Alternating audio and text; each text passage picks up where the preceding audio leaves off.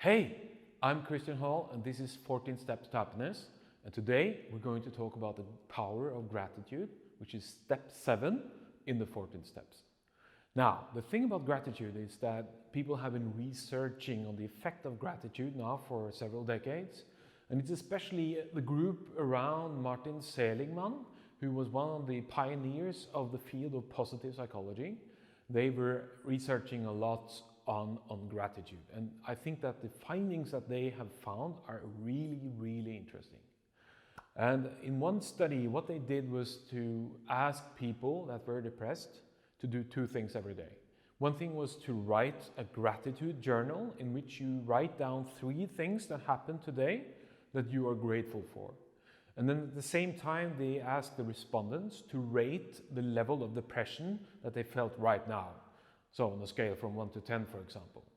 And what was extremely interesting about this study was that they were expecting that the people with light to moderate depression to show the biggest benefits of this small exercise. And they thought that, the most severely depressed, the sickest people out there, they're not going to report a big effect of this really small, almost symbolic exercise that you can do. And they really got surprised when it was the exact opposite. The people with the most severe and the deepest and most serious depression, they reported the biggest positive benefit of doing this small exercise every day. And that's why the most important task that you get in step 7 is to do that exact exercise. So every night before you go to bed, I think that is a good time to do it. You find some kind of notebook or you use your smartphone or something and you jot down 3 things that you are grateful today.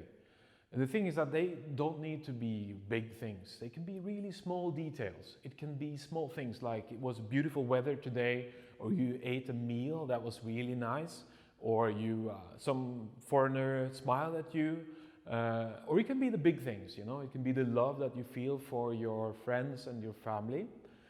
And you do this, and you don't do that for a single night and then you're done with it. You do this every night for around 2 weeks.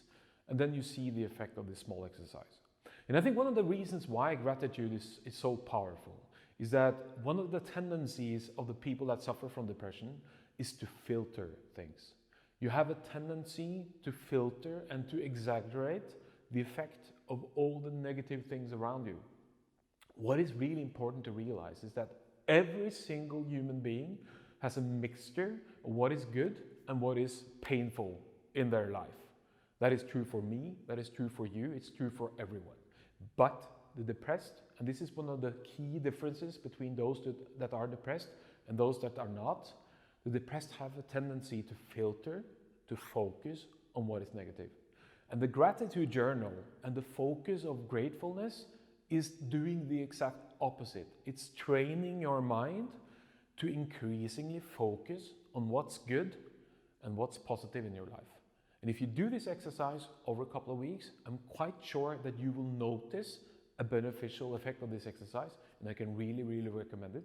And of course, when you're done with the exercise, what you want to do is to kind of code in a new habit of being more aware of everything around you that is positive, even if there is also pain.